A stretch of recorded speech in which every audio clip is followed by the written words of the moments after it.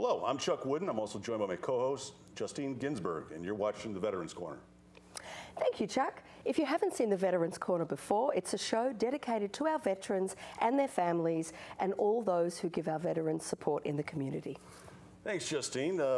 For the viewers, you'll notice that Monique isn't here, but you do recognize this young lady next to me, Justine, who's been here many times before. Actually, you were just here a couple weeks ago. Groundhog Day, I'm still here. Yeah, it's... Haven't left. Yeah, it's, well, we got that special room in the back. Yeah, it's my favorite space. Okay.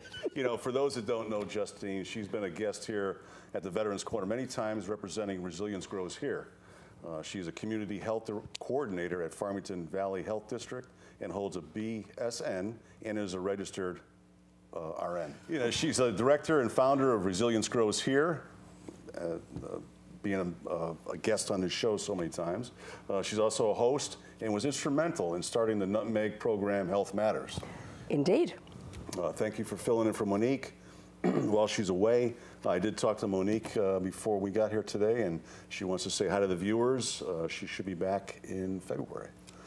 I'm just keeping her seat warm. So, thank you very much. Now, getting to the main topic, Dr. Jeanne C. Folks, thanks for being back. My pleasure, it's always a pleasure having you here. The topic, PTSD, is an important one. Very few people realize that it affects actually everyone, indirectly or directly. I mean, someone knows somebody or is directly affected by PTSD. Just about. And it's not just military members. Absolutely. I mean, first responders, anybody, certain other occupations, ER nurses, as we talked about. Absolutely. Doctors too. Mm-hmm. So this is a topic that really covers a wide range. Unfortunately, there are a lot of ways to be traumatized in life. Yeah. I'm going to read real quick the bio on Dr. Jeanne. Dr. Jeanne C. Folks is a licensed professional counselor and is a clinical director of the Connecticut Psychotherapeutic Resources in Avon, Connecticut, a private practice dedicated to the treatment of psychological trauma. With 38 years in practice, she sees individuals, couples, and facilitates groups. She is a national workshop presenter, blogger, clinical consultant, and forensic evaluator. There we go. It's been a long day. Jeanne has also taught as an adjunct professor of psychology at the Central Connecticut State University and is a clinical instructor at the University of Connecticut School of Medicine.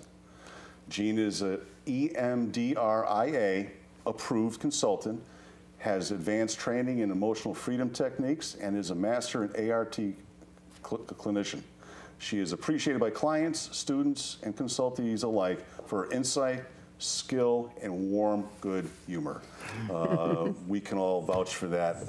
Every time you're here, it's always a great show, memorable show, educational show. Thanks. Welcome back. We have a two-part series, actually, for the viewers. First one's going to be a question and answer from a lot of the viewers out there that wrote in with some of their questions. One of my favorites. I always love answering questions. Yeah, and it gives the viewers a chance to interact Absolutely. and get their questions answered where they normally wouldn't, ask them. So let's jump into it because we have an awful lot to talk about. We do. So I'm going to go with the first one, Dr. Jeanne. This is from Susan in Simsbury. Okay. And she said, I heard that PTSD has been referred to as PTS as well. Is it the same thing? Yes, it is the same thing. There are really two schools of thought. Post-traumatic stress disorder or post-traumatic stress. Some people are uncomfortable with the word disorder. And I know that you're in that camp, Justine, because some people feel like it is indicting or uncomfortably labeling. I am actually in the other camp. And I think it's very important to say it is a disorder.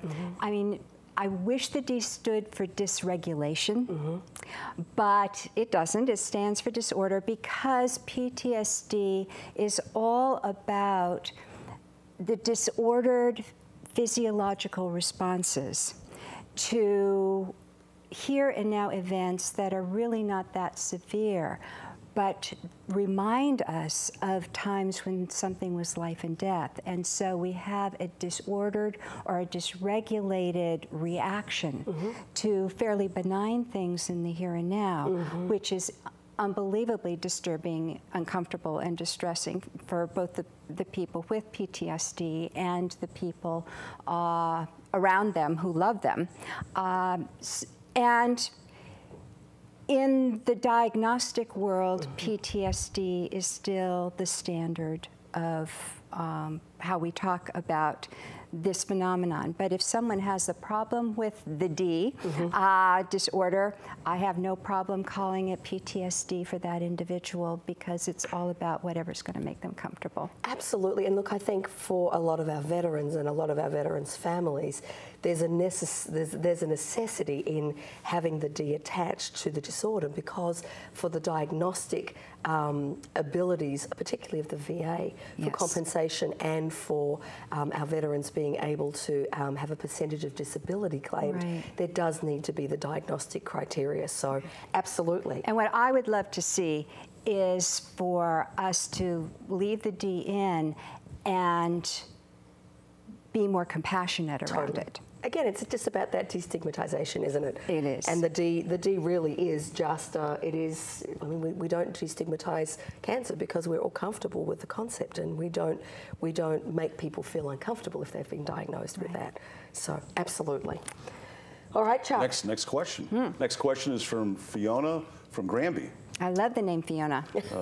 Fiona writes, my husband served in Iraq and has serious memory issues. Working is hard. The VA is not making it easy for us to get disabilities. How do we get diagnosis? How do we get a diagnosis of PTSD? Okay. Well, first, a little disclaimer. For each person who sent in a question, I have never met this individual, and I can't speak directly saying this is official advice for this one person. Sure. I am taking each of these questions and I'm going to talk broadly and generally. So you still need to consult a professional on your own. Yeah. But yes, to get many services, you need a formal diagnosis. And the gold standard of getting a diagnosis would be from what's known as a forensic psychologist. These are psychologists that are specifically trained in testing, evaluating, and writing very impressive looking reports. And so if you are having trouble and really needing a verified and quantified diagnosis, because PTSD symptoms have a range. A forensic psychologist, and you could just Google forensic psychologists in your area and make an appointment, go in. It would probably take 2 visits, one to go in, do a whole bunch of testing, and another to come back in and interview on that testing and get the results. And then they would write the report or the letter or whatever you need to go to the institution where you're battling for services. The bad news is that forensic psychologists are expensive. And so you may also have to battle with your insurance to get that first diagnostic work done.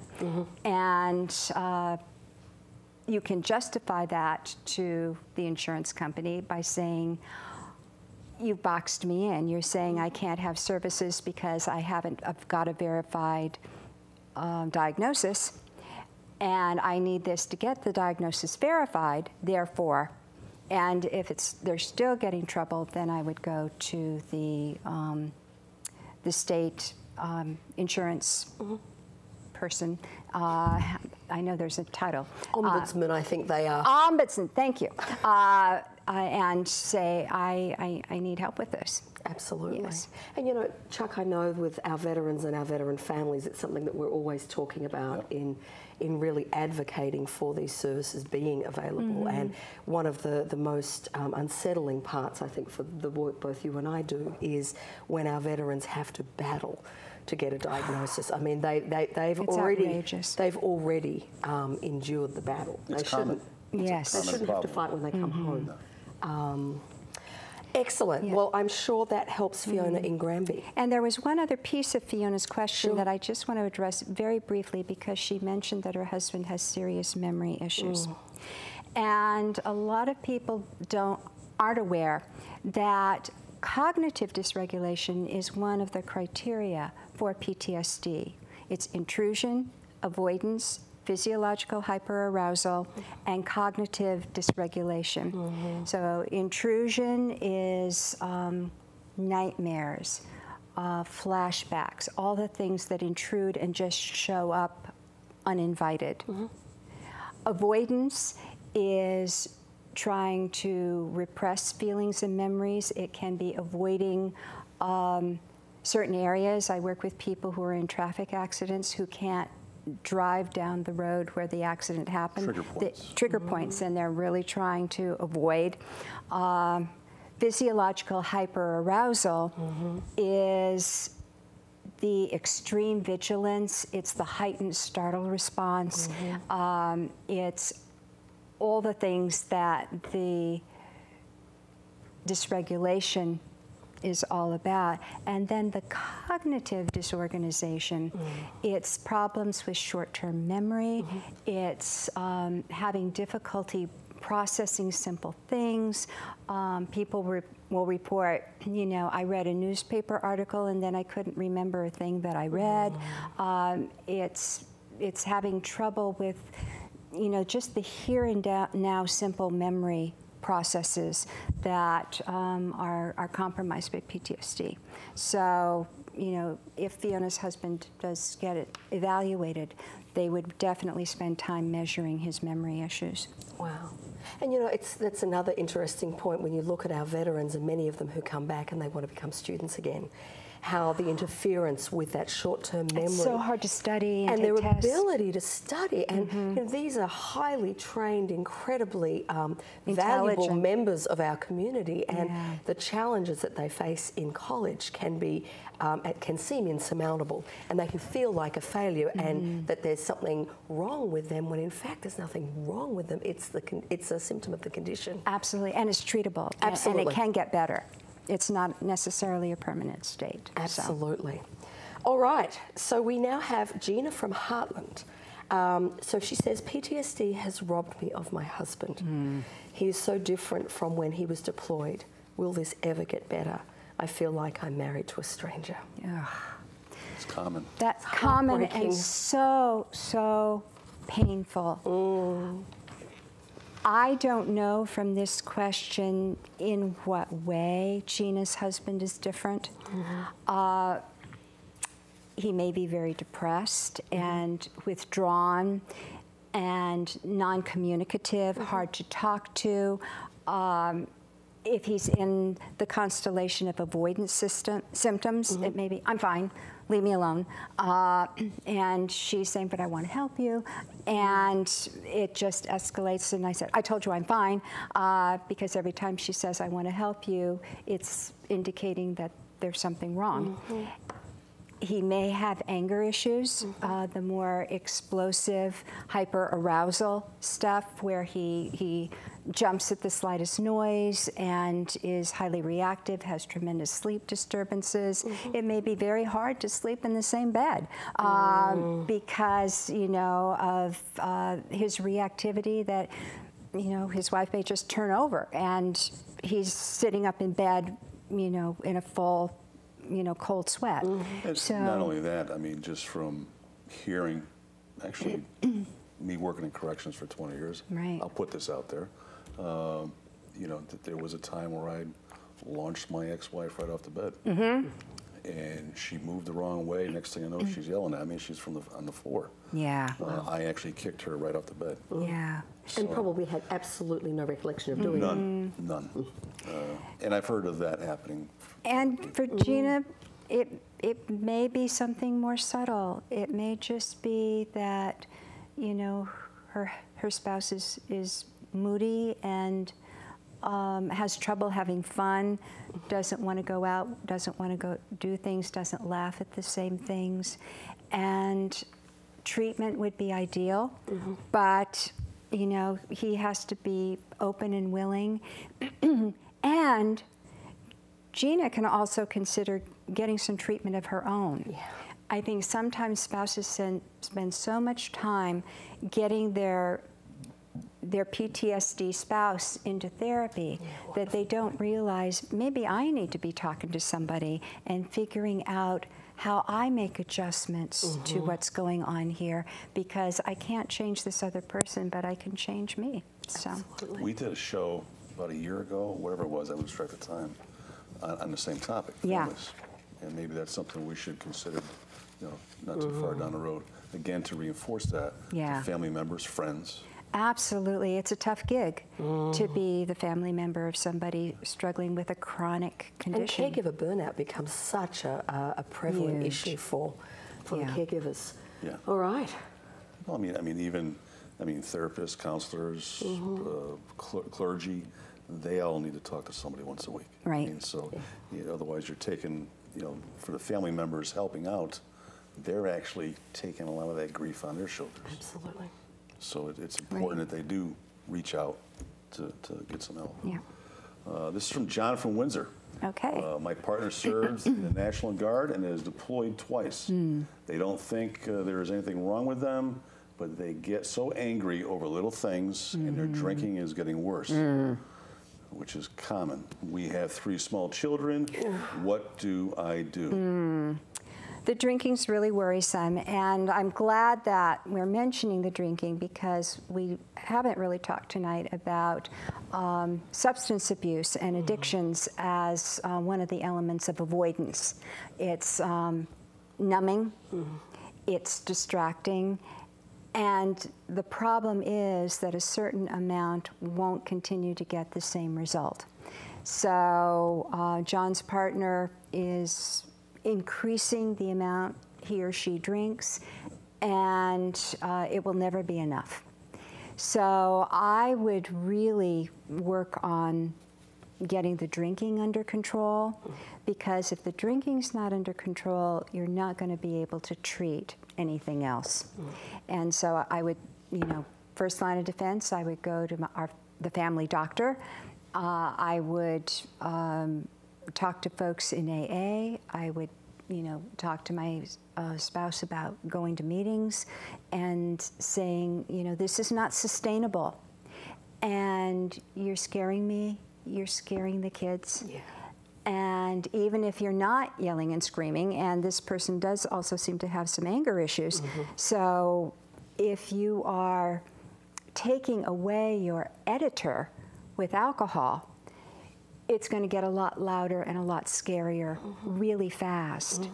And with 3 little children, I hate to say this, and remember, I'm not giving specific instructions to a specific individual, but it can be that for the safety of the family, this person may have to leave the house until they get their act a little bit more under control. If it was just adults in the house, it's a little different, but when there are little guys... Most times it's substance abuse, most of the time it's drinking. That, probably 9 times out of 10, just makes it so much worse. It's gasoline on the fire. Absolutely. Gasoline on the fire. And it feels in the beginning like it's working because you get that numbed out, calm, warm, and then you have the illusion that it's still working, but it works for 20 minutes. But then you need another drink, and then you need another one and another one.